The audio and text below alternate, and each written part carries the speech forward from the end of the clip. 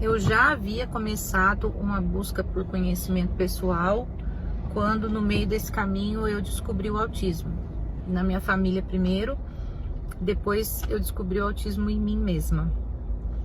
Para quem não me conhece, muito prazer, eu sou Lenita Dias, pedagoga, mãe e autista em busca de melhorar as configurações do meu cérebro. A gente tem um modus operandi, que eu costumo dizer, que é como a gente gravou as informações que a gente recebeu do meio no nosso cérebro, e como essas informações foram gravadas, a gente fica repetindo elas ao longo da vida, sem perceber que a gente está dentro de um padrão e repetindo aquele padrão.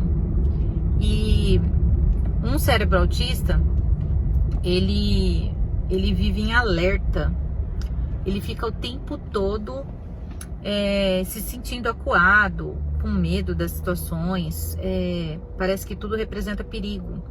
A gente tem um cérebro um pouco negativo, pessimista, e aí a gente tende a levar todos os assuntos da vida para esse viés. E quando você começa a estudar sobre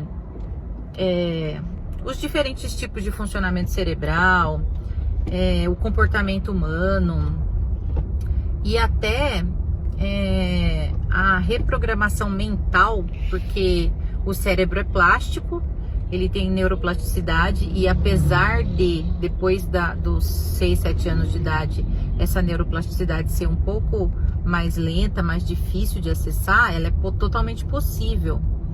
Então, a gente acaba percebendo que, além da neuroplasticidade, que a gente pode moldar o nosso cérebro, tem a questão mental, que você pode exercitar e conduzir esses caminhos para mudança cerebral. Eu venho aqui falar sobre autismo, sobre ajudar outras famílias, sobre fatos reais do meu cotidiano, que eu sei que impactam na vida de outras pessoas que vivem a mesma coisa, mas em milhões de vezes no meu cotidiano eu não sei como lidar com as situações e acabo voltando aos meus padrões de funcionamento e lidando da pior forma possível, que é com crise, ataques de choro, descontrole emocional, porque o meu cérebro volta naquele padrão de comportamento registrado lá na infância e vem repetindo isso. Agora que eu tenho consciência que essa mudança é possível, parece que já é um caminho andado. Eu pelo menos sei que essa sensação, esse sentimento passa, e aí quando eu volto ao equilíbrio, eu começo de novo a tentativa de transformar meu cérebro, transformando meu cérebro, conduzir o meu mental a se comportar de uma forma mais leve e com isso impactar no meu comportamento, nas minhas reações, no meu convívio social. Enfim, depois de toda essa introdução, aconteceram 2 fatos interessantes que me deixaram com acho que uma visão para eu trazer, para compartilhar com as pessoas, assim como eu gosto de fazer nos meus vídeos. Eu tive um problema no trabalho, uma situação cotidiana, desafiadora, e eu fiquei muito orgulhosa da forma como eu consegui lidar. Eu falei, olha, eu estou evoluindo, porque eu não tive mais aquele fator reação. A gente vive igual, como diz o Marcos Trombetta, que foi meu primeiro mentor, a gente vive na energia do porco, né? A gente reage o tempo todo. E aí eu consegui, apesar da situação, não reagir da forma convencional, como eu sempre reagi. E eu fiquei muito orgulhosa que eu tive equilíbrio, me mantive tranquila, resolvi a situação, conduzi uma situação. Eu fiquei muito orgulhosa da minha atuação, do meu controle emocional, da minha maturidade emocional adquirida, com muito esforço e muita consciência para poder se centrar ali nesse processo de construção, de evolução. Mas enfim, no dia seguinte do meu orgulho, da minha evolução, já veio mais um processo desafiador, onde eu, desabei, voltei aos meus padrões, entrei em crise, e minha crise é choro, choro, choro, choro, choro. É igualzinho meu filhinho, só que eu não tenho mais 11 anos, né? Eu tenho 40.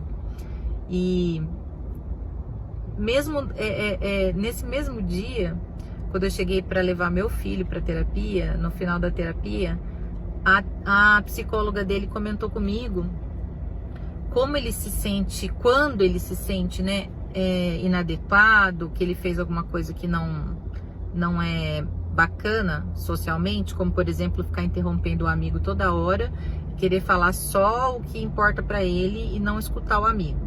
Ela estava conduzindo uma sessão onde tinha uma interação com outro amigo e ela explicou que ele não podia, ele tem que conseguir controlar esse impulso, porque o que o amigo está dizendo também é importante. Então a gente diz o que a gente precisa e a gente escuta o que a outra pessoa também precisa dizer.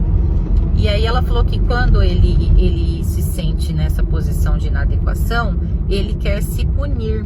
E aí ela falou sobre os perigos agora da adolescência, né? Na adolescência, a galera que tem esse funcionamento começa a se cortar, porque vem uma ansiedade, uma depressão muito forte, começa a se cortar, a ter distúrbio alimentar, tem pessoas que tentam desviver, né?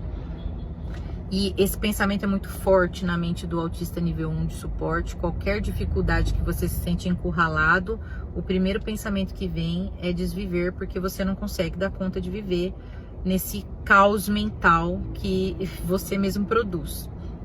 Então, ela me falando sobre isso, que ele tenta se punir se xingando. Ele fala que ele é burro, que ele devia colocar pimenta nos olhos, e foi falando algumas coisas que ele pensa para poder se ferir e se punir. E aí eu pensei, exatamente isso que eu faço. Só que eu ainda, com 40 anos de idade, com 2 cursos superiores, com 2 pós-graduação, com tanto de estudo de formação continuada que eu tenho sobre desenvolvimento humano para poder cuidar das crianças, com tanto estudo que eu fui correndo atrás para poder cuidar da minha família, que tem um atraso no neurodesenvolvimento, eu ainda não tinha me dado conta que esse também é o meu funcionamento, que eu também fico me punindo quando eu me vejo nessas situações de inadequação. E aí a minha punição eu não consigo, eu sou incompetente, eu não presto pra nada, eu não vou conseguir, eu tô ocupando o lugar errado. E isso é a minha crise e o meu, como eu posso dizer, o meu descer a ladeira, né? Depois que passa, que eu consigo recuperar a energia, sai aquela energia ruim, e aí eu volto à clareza de novo, eu estou num processo de evolução, de crescimento, de aprendizado, e eu vou conseguir. Só que quando eu me deparo com situações desafiadoras, sucessivamente acontece isso novamente. Mas assim, são detalhes que são difíceis de perceber e são difíceis de explicar, porque uma criança que chilica e chora, a gente fala, é chiliquento, é chorão, mas ele tá num processo ali de sentimento, de validação da emoção dele, de busca de entender quem ele é. E se a gente tiver essa compreensão, porque eu com certeza vivo isso desde sempre, né, e não tinha chegado nessa compreensão, se a gente tiver essa compreensão, a gente não só consegue se tratar de maneira mais humana, mais acolhedora, como disse uma amiga minha, ela sempre me ajuda na minha busca por melhora, como ela disse, ser o nosso melhor amigo, tratar a gente com carinho, com delicadeza. Isso é uma construção. Se a gente conseguir, a gente vai conseguir fazer isso com os nossos filhos também, a gente vai conseguir fazer isso com os nossos alunos, e talvez a gente consiga fazer isso com outras pessoas adultas que tiveram esse funcionamento e nunca conseguiram interpretar isso. Isso é fantástico. Isso, segundo a Bíblia, é você caminhar de luz em luz. É uma faísca de esclarecimento, é uma claridade, é uma luz que aparece lá no seu consciente, para você ser consciente daquilo que você está vivendo e você traduzir isso em palavras e você conseguir se ajudar e ajudar as pessoas que estão ao seu redor. Faz sentido para você?